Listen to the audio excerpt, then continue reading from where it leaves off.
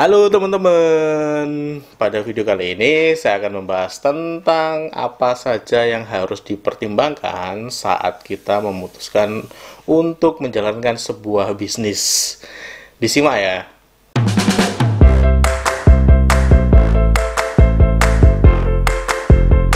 Oke teman-teman, kemarin saya sudah membahas video tentang bagaimana cara mencari ide bisnis. Dari semua ide bisnis yang kita dapatkan dari berbagai cara, tentu saja saya kemarin membagikan sekitar 5-6 cara untuk mencari ide bisnis. Tentu saja semuanya tidak bisa dikerjakan, maka teman-teman harus menseleksinya. Sebetulnya saya kemarin sudah menyinggung sih tentang itu, tapi memang belum detail. Kalau teman-teman belum menonton videonya, silakan tonton dulu videonya di link yang ada di atas ini.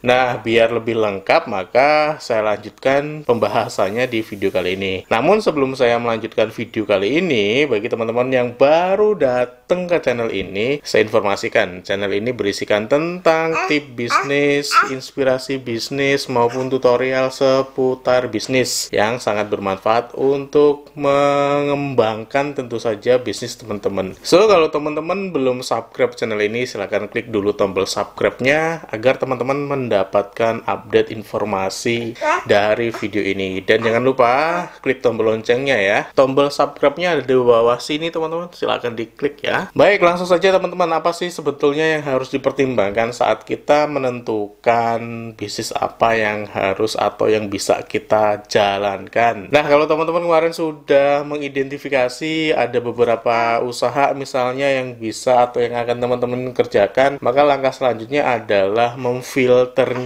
Untuk memfilternya juga itu ada beberapa cara, sebetulnya ada beberapa hal yang harus dipertimbangkan. Apa saja itu? Yang pertama adalah pastikan bisnis yang teman-teman pilih, yang teman-teman akan jalankan itu memiliki untung. Kalau dalam persentase, saran saya untungnya itu lebih dari 20%. Ya, kita menjalankan bisnis tentu untuk mencari uang dong. Dan untuk mencari uang itu dari mana ya? Dari keuntungan. Maka pilihlah bisnis yang dia memberikan keuntungan yang cukup besar. Berapa besarannya? Saran saya tadi sudah saya bilang 20% ke atas lah. Kenapa harus 20%? Ya paling tidak itu margin minimal yang bisa kita dapatkan ketika bisnis kita itu dapat duit dan dapat untung bersih yang bisa kita pakai itu 20%. Kalau di bawah itu gimana Mas? Bisa saja sih kalau mau di bawah itu, tapi kalau saya sendiri ya kita akan mendapatkan capeknya doang kalau untungnya di bawah 20%. Kan ada tuh Mas beberapa bisnis yang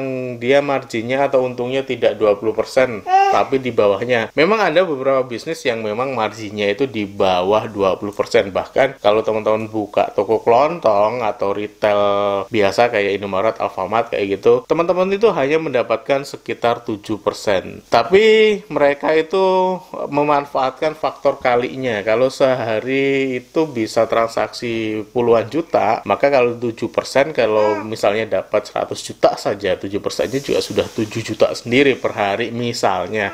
Nah, itu yang dimanfaatkan oleh beberapa toko retail atau kelontong di sekitar kita. Jadi kalau teman-teman itu bisnisnya bukan retail, bukan toko kelontong, saran saya mendingan pilih bisnis yang marginnya di atas 20%. Apa saja itu? Bisa olahan pangan yang 40%, bisa fashion yang teman-teman bisa up dengan strategi branding, dan beberapa bisnis yang lain. Teman-teman bisa pilih dari semua bisnis yang telah teman-teman list, idenya apa saja, itu mana sih yang tingkat marginnya bisa saya katakan lebih besar atau sekitar lebih dari 20%, minimal banget 20%. Terus yang kedua, pilihlah bisnis yang dia secara pasar atau potensial pasarnya itu gede. Maksudnya gede gimana? Ya kita nggak mau dong punya bisnis yang pasarnya hanya mungkin sekitar, gampangnya gini aja, jumlah penduduk Indonesia itu sekitar 260 juta jiwa gitu ya. Kita nggak mau dong kalau punya bisnis hanya produk kita itu punya potensi pasar hanya sekitar 10 orang dari 200 sekian puluh juta jiwa itu. Nah, paling tidak teman-teman ya, carilah bisnis yang dia mempunyai potensi pasar yang cukup gede. Berapa sih angkanya potensi pasar yang cukup gede itu? Sebetulnya nggak ada panduan khusus sih. Paling tidak ya kalau saya ngomongin jumlah penduduk Indonesia sekitar 260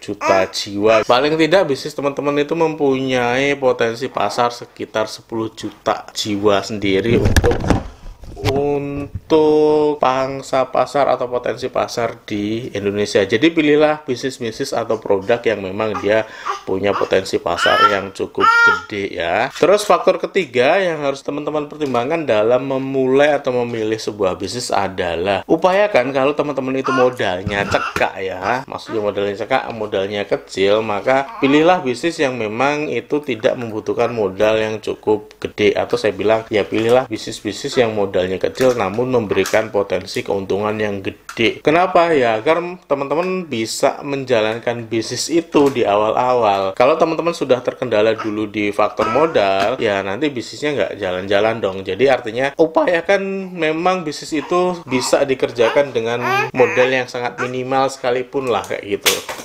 Terlebih lagi kalau bisnis itu memang sebetulnya hanya membutuhkan modal yang kecil dan juga bisa mendapatkan untung yang besar. Siapa sih yang nggak mau seperti itu? So, pastikan bisnis teman-teman itu bisa dijalankan secara minimal paling tidak dengan modal yang terjangkau lah. Kalaupun butuh modal besar, ya itu bisa dikerjakan secara bertahap nanti ke depannya. Terus faktor yang berikutnya yang harus teman-teman pertimbangkan itu adalah pastikan teman-teman itu menguasai skill yang memang itu bisa memastikan produk yang teman-teman hasilkan itu adalah produk yang berkualitas. Saya bilang menguasai skill itu tidak harus bisa berproduksi ya, tapi paling tidak teman-teman itu menguasai kalau mau buat produk yang berkualitas itu harusnya gimana. Menguasai skill itu menurut saya paling tidak teman-teman bisa memastikan bahwa produk yang teman-teman mau jual itu adalah produk yang memang berkualitas.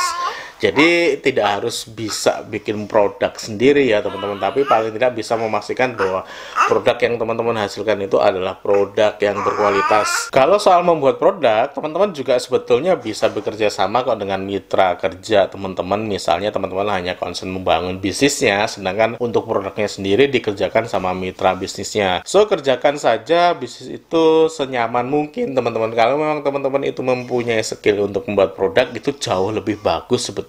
Namun kalaupun tidak bisa membuat produk, teman-teman harus memastikan bahwa teman-teman itu bisa menghadirkan produk yang memang dia adalah produk yang berkualitas. Skillnya yang harus dimiliki adalah itu teman-teman. Pastikan teman-teman mempunyai itu. Faktor berikutnya yang harus dipertimbangkan ketika memilih sebuah bisnis adalah cek dulu deh dalam peta persaingan bisnis teman-teman atau produk teman-teman itu persaingannya sehat nggak? Maksudnya persaingan yang tidak sehat itu gimana? Persaingan yang memang dia, ya saya pikir tingkat persaingannya sudah misalnya perang harga, misalnya lagi sabotase tenaga dan sebagainya lah. Kalau teman-teman masuk ke persaingan yang seperti itu, teman-teman hanya akan mendapat lelahnya saja. Jadi pastikan teman-teman itu kalau memilih bisnis ya cek dulu peta persaingannya gimana sih, sehat nggak sih kayak gitu. Terus faktor berikutnya yang harus dipertimbangkan dalam memilih sebuah bisnis adalah pastikan bisnis teman-teman itu bisa dikembangkan, bisa diperbesar ke depannya. Maksudnya gimana mas? Apakah sebuah bisnis itu nggak bisa dikembangkan ke depannya? Ada beberapa bisnis yang memang sebetulnya kalau kita cek trennya kayak gitu, itu memang tidak potensial untuk dikembangkan ke depannya. Jadi pilihlah bisnis yang memang itu potensial dikembangkan ke depannya. Misalnya kuliner, makan kayak gitu. Misalnya lagi fashion yang teman-teman bisa mengikuti tren yang sedang berkembang. Misalnya lagi dalam bentuk jasa pariwisata dan beberapa bisnis yang lain. Jadi pastikan bisnis yang teman-teman pilih itu bisa dikembangkan ke depannya atau scalable lah. Nah, faktor berikutnya, faktor terakhir yang harus teman-teman pertimbangkan dalam memilih sebuah bisnis adalah passion. Bisnis yang teman-teman pilih tadi itu merupakan passion teman-teman atau bukan sih? Passion ini saya tempatkan di terakhir memang, bukan yang di pertama. Kenapa? Karena menurut saya passion utama dalam sebuah bisnis itu cuma satu sebetulnya. Apa itu? Bisa menghasilkan uang. Ketika bisnis itu ada ada uangnya, maka perlahan bisnis itu akan menjadi passion kita. Ya, maksud saya dalam bisnis itu memang passion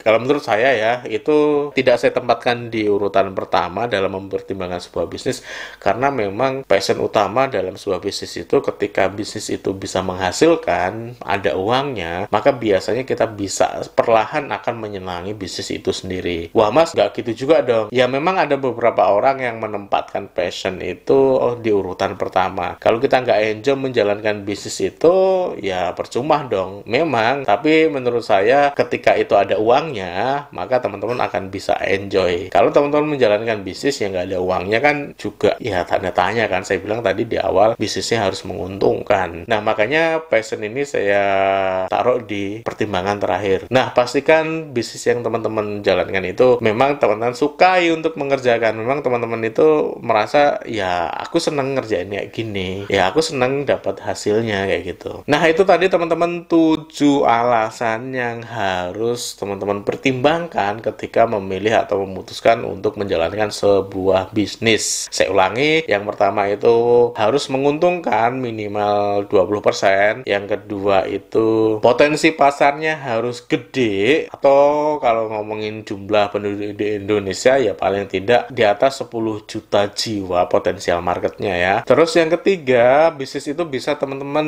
jalankan pertama kali dengan modal yang kecil atau modal yang bisa teman-teman jangkau lah di sana. Terus yang keempat, teman-teman itu menguasai skill yang dapat memastikan bahwa produk yang teman-teman hasilkan, teman-teman jual itu adalah produk yang terbaik, produk yang berkualitas. Terus yang kelima, cek persaingannya, sehat nggak? Kalau sehat, jalankan. Kalau nggak, ya teman-teman bisa mempertimbangkan untuk bisnis yang lain. Yang keenam, pastikan bisnis yang teman-teman kerjakan itu adalah bisnis yang bisa di scale up atau bisa dikembangkan ke depannya. Dan terakhir adalah bisnis yang teman-teman mempunyai passion di sana atau teman-teman suka mengerjakan bisnis itu. Nah, semoga 7 alasan atau 7 faktor tadi bisa memperkaya teman-teman dalam memilih sebuah bisnis yang itu menjadi bisnis utama yang akan teman-teman kerjakan. Jika memang sudah memenuhi 7 kriteria tadi, teman-teman bisa memutuskan untuk memilih bisnis itu dan mengerjakannya. Oke teman-teman, semoga video ini bermanfaat. Bagi teman-teman yang belum klik tombol subscribe-nya, saya sarankan segera klik tombol subscribe-nya ada di bawah sini.